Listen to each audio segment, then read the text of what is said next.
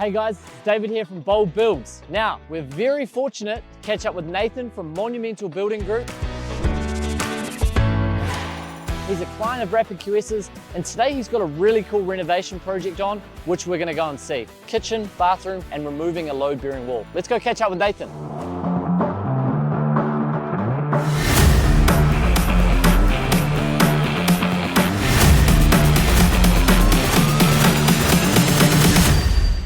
Nate Dog, how are you, man? Good to see you. It's been a long time coming. That's it. Thank you for coming out, mate. Instagram friends for a while. Yeah, we're having our international relationship, and finally we're bringing it into the real world. Yeah, into a physical relationship. Appreciate you taking the time to come out, mate. Anytime, man, anytime. Dude, tell us about this one. I mean, we're in the guts of a internal renovation here. Yeah, that's it, mate. So basically, obviously, we've been in touch with you guys since about the start of the year.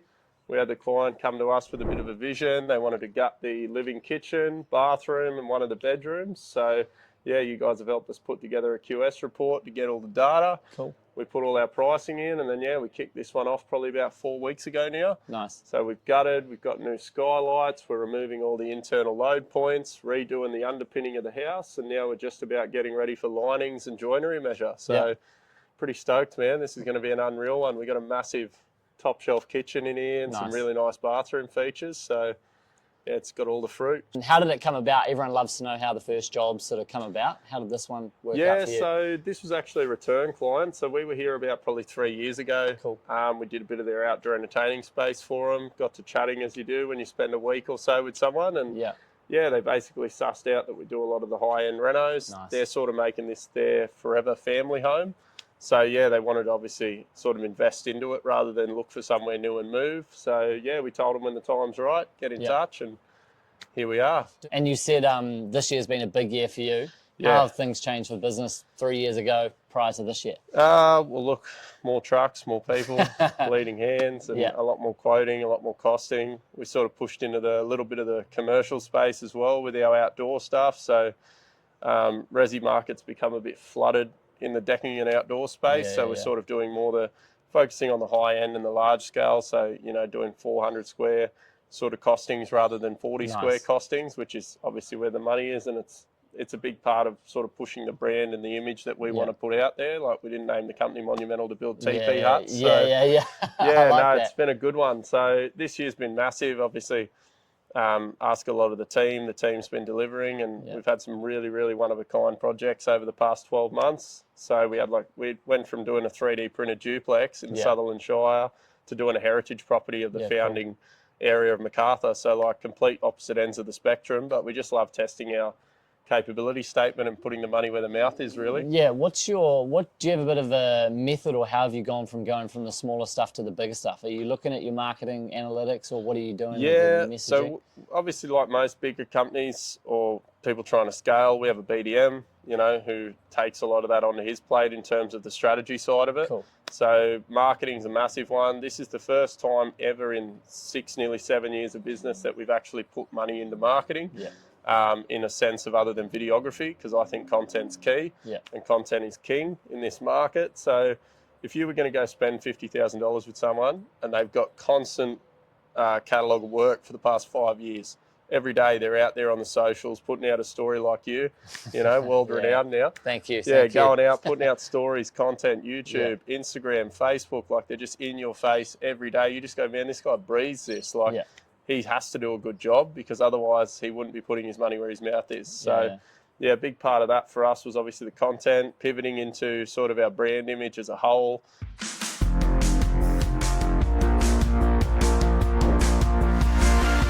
Rightio, so we're in the guts of a mid-renovation here. Give us a bit of background on how sort of the demolitions come about, what was existing.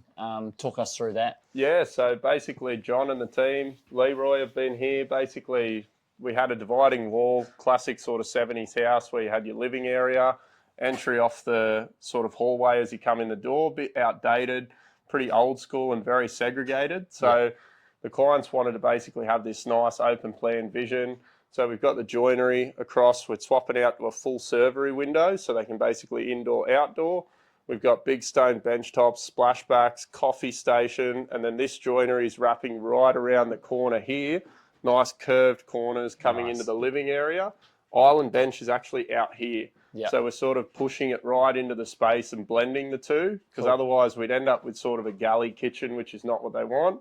They want to bring it all the way into the space. Big wall-mounted TV, feature wall paneling through here. Yeah. Square set ceilings. Obviously, we've got big V-Lux skylights, bringing a heap of light in. Nice. So what we're doing with the skylights too is we're actually vaulting them both into one big opening in the ceiling. So we're not going to bridge the gap between the two. We're going to fan the whole ceiling out. Nice. And bring all of that light through here. Nice. You should have been an interior designer, mate. You're good at this stuff. Look, I like seeing it actually happen more than drawing it. So, now, did you help with all the interior design with the client with this? Did you bring an interior designer on board, or how did it all go about?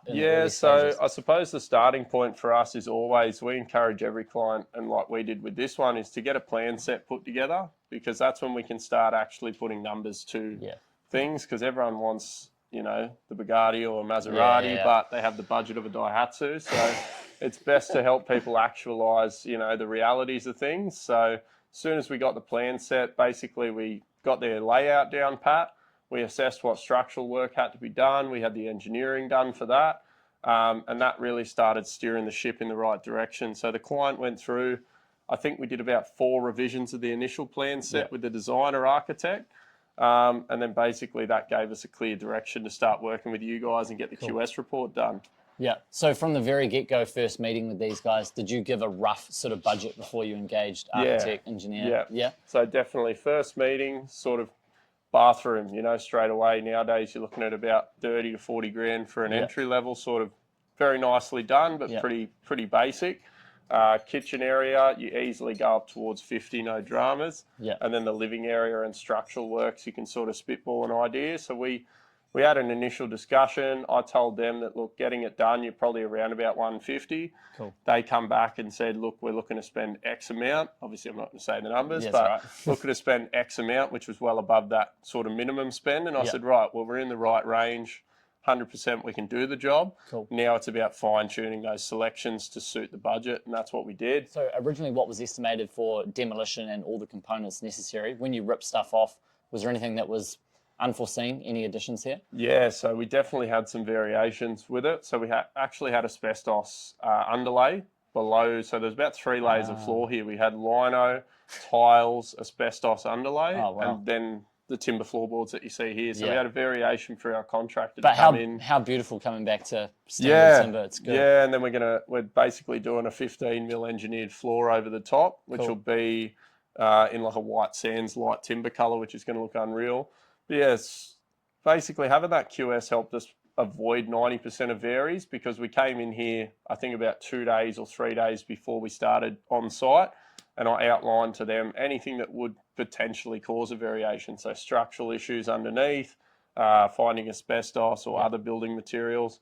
It helps prepare the client straight out of the gate that this is the task that we're going to do, and these are the potential issues along the way.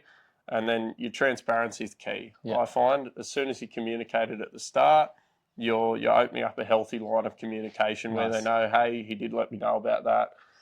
You know, we've mentally prepared ourselves for it. Now it's about price and obviously actioning it. So we've had a really, really good run with this client. They're unreal to deal with. So yeah, little things like that along the way are pretty inevitable in an older renovation, but yeah, definitely helps to be able to forecast it for them and give them an indicative idea. Yeah.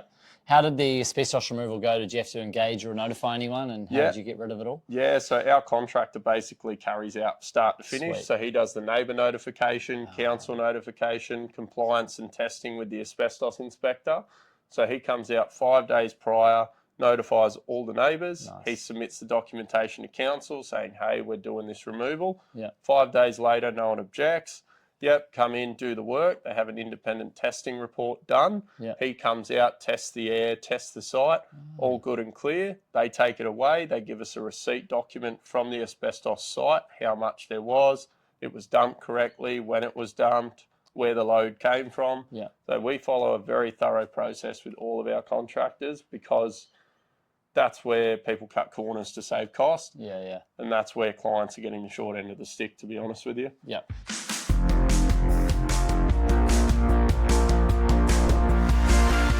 real keen to get into the nuts and bolts or the specifics for all our engineering nerd friends out there. So obviously we've got opened up an internal wall here. Yep. Let's talk load bearing, beams, etc. Yeah, 100%. So basically, obviously we had the dividing partition wall between the living and the kitchen previously. In order to remove that, we had to relocate a lot of the struts in the roof line. So using hanging beams and counter beams to support the purlin load of the roof. Now you've got about 60 kilos per metre square for just tiles. Yep. On top of that, you've got solar panels, roof, rafters, structure. Yep. So it's quite a lot of weight. So what we've done is we've taken out some of the faulty brick piers from underneath, replaced them with uni-pier steel struts, which have a point load of 3 tonne. And then we've replaced this with our engineer certified double LVL. Nice. And we've actually triple lammed it only because we've put the additional hanging and counter beams in, just to be overly certain. That allowed us to replane this ceiling line in straight, as you can see, by hanging each side alternately. And then essentially from there, getting this beam up, cutting a pocket was the smoothest way to do it. We've re-stud loaded this corner, and this here transfers the load onto the nib. So quite a lot of work involved. John and the guys have been here. This alone probably took, I'd say, about maybe 3 days for a team of 2. On our initial QS, we probably had about 20 to 22 hours, so pretty much spot on. Okay. Any variations in here when you opened up the ceiling? Was there any height variances as well in the living room ceiling, kitchen ceiling? We basically had a rectification on the back wall here. The original lintels or the header beams for the window and door opening was sagging. So we went through, re-straightened and rectified that, which naturally helped us fix a lot of the bows in the ceiling. As I said before, because we're square set gyprock in this, which means no cornice, we have to get that ceiling you got to be bang pretty on. gun barrel. So it's really important. We're going through now, starting to basically triple check all those sorts of things over the next 3 to 4 days. Nice. We're going to start to get our frame prep done, and it's going to make everyone else flow on a lot smoother when we do the due diligence at the start. When this wall came out, there was a lot of propping that went up both sides just to get this double LVL exactly in. right. So people don't quite realise that, like clients or even engineers, some of them, they just draw it and they go, just do this, it's easy. But you've got to support, prop and acro the entire roof structure, the ceiling joists, the rafters, the purlins, everything, and you can't just put them willy-nilly. No. Guys, so as we can see here, load-bearing beam has gone in, splitting a kitchen and a living room, but from a pricing perspective, this is something you don't want to miss in the estimating journey. There are so many potential unforeseens. When this load-bearing wall came out, we had to prop up both sides of the ceiling to stop all the fall, obviously, from the weight of a whole roof. So there's a huge propping allowances on both sides. And then there's the time, obviously, to get this beam into this home here. So there's a tight section throughout the entryway and the hallway. And no doubt they had to strap it up outside, nail it all together, bring it in and slide it in. So from an hours perspective and estimating hours on beams, you could anywhere just go from a day to 2 days for all the time that it takes to prep, prop, install, screw off, and get all your structures sort of tied together. So when you're removing a load-bearing wall, don't miss those items on the labor components of a build.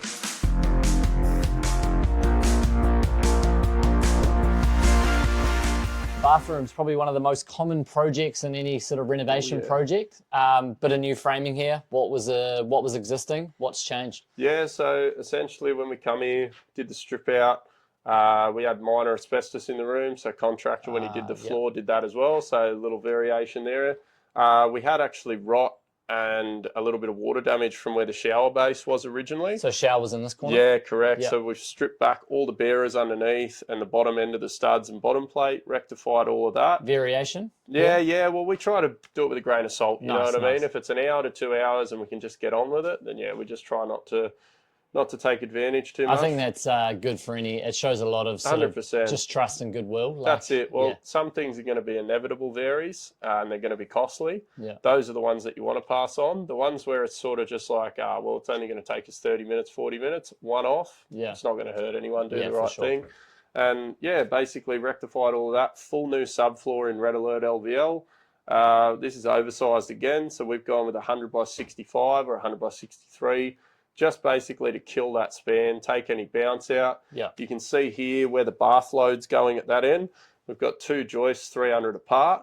That allows for space for our waste, allows for our plumber to do his trap work underneath, and basically allows that bath load to transfer down onto 2 load points specifically set out to sort of accommodate for the long-term run, because a lot of the time you see deflection, you see tile cracking, you see grout, and it's all because people just slap everything in, cover it up, and then think, yeah, that'll be fine. Loads is what basically causes all the problems in buildings. So yeah, quite a lot of work in here. We've got in-wall cisterns, we've got built-in shaving cabinets with LEDs, we've got Tassie oak vanity and shaving cabinet with an arch mirror. Now, all these specifics, was this the client picking this? You Yeah, guys assisted? yeah. So what we do is we have a showroom process. So we take them through our main supplier's showroom. They do every selection known to man. Did you come up with the showroom process? Yeah, yeah, definitely. That's a little secret part of the sort of a leg up over the Joe Blow is just basically, I find that you should be able to leverage any of your suppliers to contribute to the client journey, not just to do the bare minimum. Because there's that many options now. That much more impressive when you've got all these little people that will come to your aid. What our target market is too is that we want our clients to feel like they're building a new home, even with a renovation. When you submitted this price for this full project, was this split out in a completely separate zone? Like, could the client see X amount of dollars for the bathroom alone? No, so what we did originally was we had our sort of bare bones QS done. That's our starting point, our square meterage, our takeoff, our trade list, all that. We start there. We do selection stage once we give them sort of an updated QBE, which is just their very close estimate. We give them that. They go, yep, we're on track. I say, now your selections will either send this up or send this down. I said, it's entirely on you now. If you say we've got, you know, $50,000 more in the bank, we're going to send it. I'm going to say, yeah, no worries, let's do it. If you say we're at our limiter, I will give you ranges to select from and so on. How many bathrooms have you done in your business career, you reckon? Oh, shit ton, heaps 50? now. They start to blend together a little bit, but no, a big part of our sort of push now with the marketing of everything is just to do the real special ones, do the one-of-ones, do the jobs that don't just, you know, if you're looking for a cookie cutter job, it's best to get someone cheap. We want to build the one-of-ones and sort of be the reason you don't sell your home is the goal. Good stuff. So reason for that question was, do you sort of have, like, roughly when you're going and estimating bathrooms, are you sort of going 1 to 1.5 days for labour strip out, 2 to 3, 4 days for framing, fit off? So a big part of any labour costing or job allocation with what we do with any scope is obviously having a very good sort of feel or guideline around the labour aspect. So a lot of that comes down to, obviously, as you've said, having a previous catalogue of work and sort of just having that data to refer to and go, okay, on this job, it took us 3 days to do the strip out. Why was that? Oh, we had this problem. Yep. And then that helps you sort of guide the future of your, I suppose, not losing out on your labour costings, and your estimate is a big thing. So yeah, we do essentially every aspect of our quoting is done by labour hours, not by square meterage or linear meter rate. It's all by labour hours. What's sort of the like tile to ceiling, tile floor zone? Floor to ceiling tiles, featured pattern tile on the floor, brush brass strip drain up against the built-in inset bath. We've got a vertical reeded arched shower screen, vertical subway tiles, new window obviously, Tassie oak vanity shaving cabinet, and then some downlights with a nice sort of IXL centre and a fan over the shower. So nice. It's all going to come up pretty special, I'll be back in a few weeks, mate. No worries.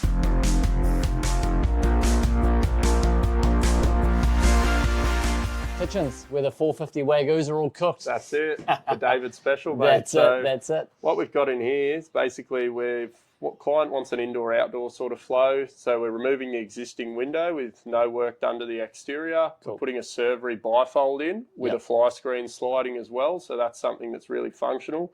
And we're talking about those sorts of things from day one.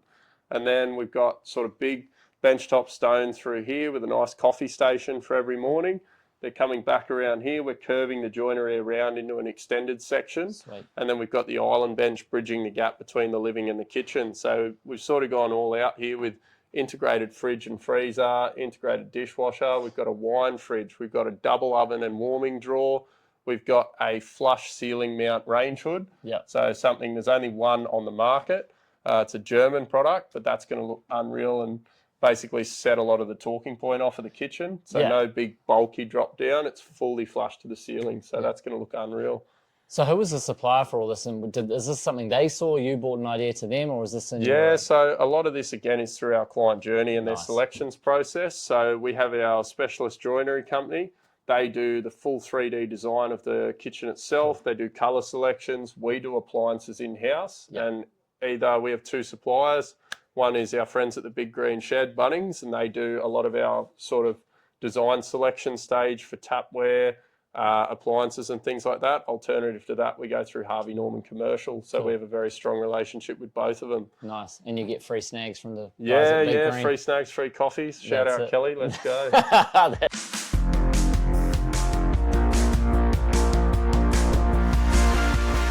Rightio, mate. We're an hour 20 prior to Smoko, so early Smoko for today. Yeah, Thanks for taking us through there. No problem, mate. Cool little Pleasure. renovation.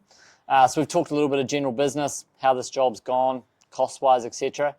Now, you're obviously pretty big into your marketing, your online presence. Yep. Tell us about the 3D homes and how that project was. How did it come about, and what did you sort of see on that job? Yeah, so essentially one of my good friends was the builder, the licensee on that job. So we'd worked together for a couple of years, and then where in Sydney, sorry, just for context? So that project was in Woolooware in the Sutherland Shire, on the main street there in the Kingsway. So that was the first 3D printed house in the Southern Hemisphere. Yeah, cool. So big one. And then he was basically writing the code and the regs and everything for that for about 12 months prior.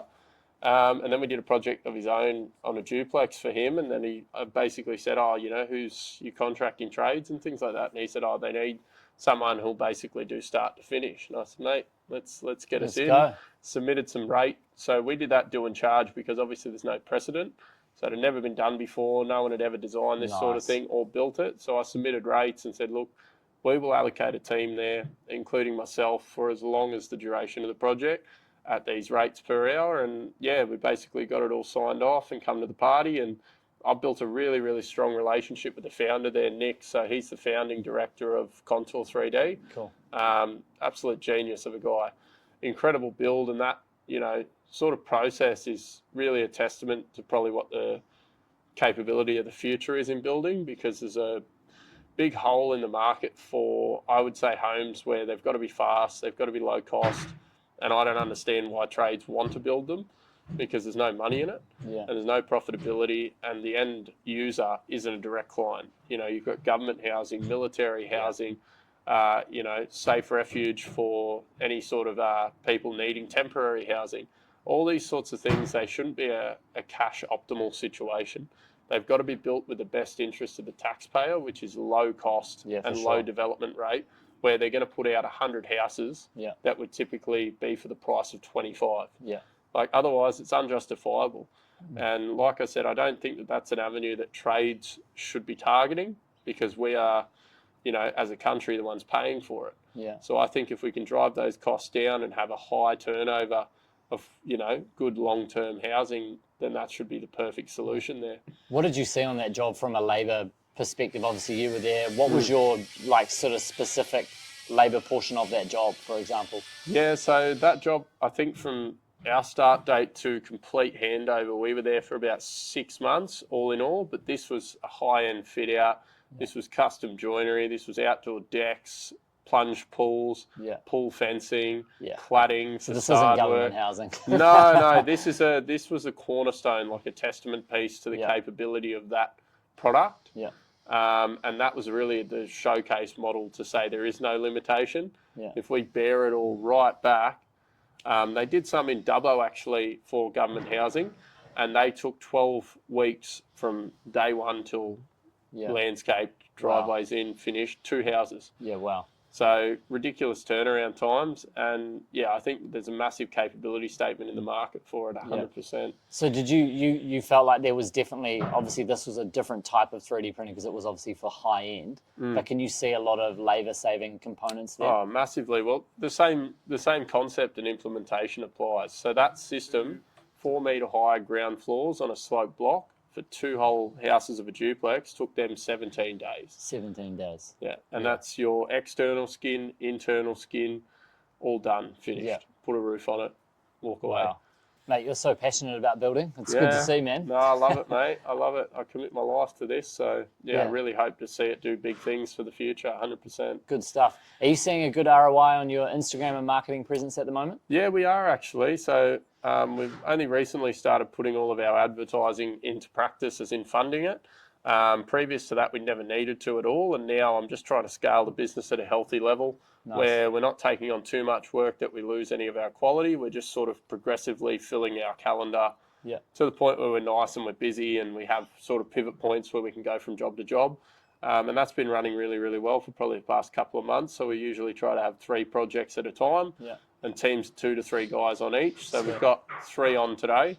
And I'm still here doing this, which is a real testament to how well the business is running and the team and how good their work is at the moment. So it's been a really, really good sort of transition. And obviously the marketing, the ROI on it, I put it this way, like people go, $2,500 on this or an ad spend or whatever over the course of a month, 2 months, 3 months, they go, that's a lot of money. And it goes, but if you win a job a month and each one of those jobs is worth 40K, your spend is less than 1%. Like it doesn't make sense how you can't see a justified return. Yeah, for sure. What's your day-to-day schedule like at the moment, running 3 jobs, couple of guys, social media, kids? Yeah, so typically, I suppose I'll get up early, about 4:30, 5 o'clock worst case, and then I'm typically, Mondays I'm in the office full time, so I'm not doing anything on site Mondays. When did you sort of establish that? Because so many people cannot I would say put that line in the sand. I drew the line in the sand for Mondays about 2 months ago. I just had a chat with the team, both the guys in here, and had a chat with them and said, look, Mondays I'm out of the question now because I need to commit a minimum of 8 to 10 hours a week to just really drill through and set my focus levels and obviously get on top of the sort of client liaising and just stay in touch with what they need, because that's really important as part of delivering what they want. Otherwise you miss those little 1%ers. And then, Tuesday to probably Wednesday, I'll usually pick the job that's most sort of complex or has the most intricacy. Like we did a concrete pour yesterday. We've had piering and excavation going on a job. So I spent, 4 days last week there, and I'll spend 3 to 4 days there this week because that job is getting out of the ground.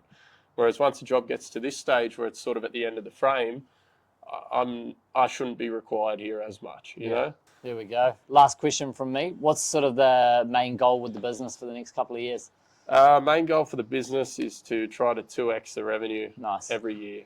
So revenue is vanity. I know it doesn't mean much, but at the end of the day, I'm confident in my estimating processes where the revenue will reflect the right percentage because I stick to my process. I've done it for the past, 6 years. I know what works. I know what returns net, and I know how to do the right thing by the client while still running a sustainable business. So that for us is a big goal, and just trying to maintain the team culture. That's something that's hard when you do step away a little bit, is trying to still be present, trying to make sure that what they need is being met, and trying to be accountable to that as well. Yeah, well, it's hard. You've got so many people after you all the time, so 100%.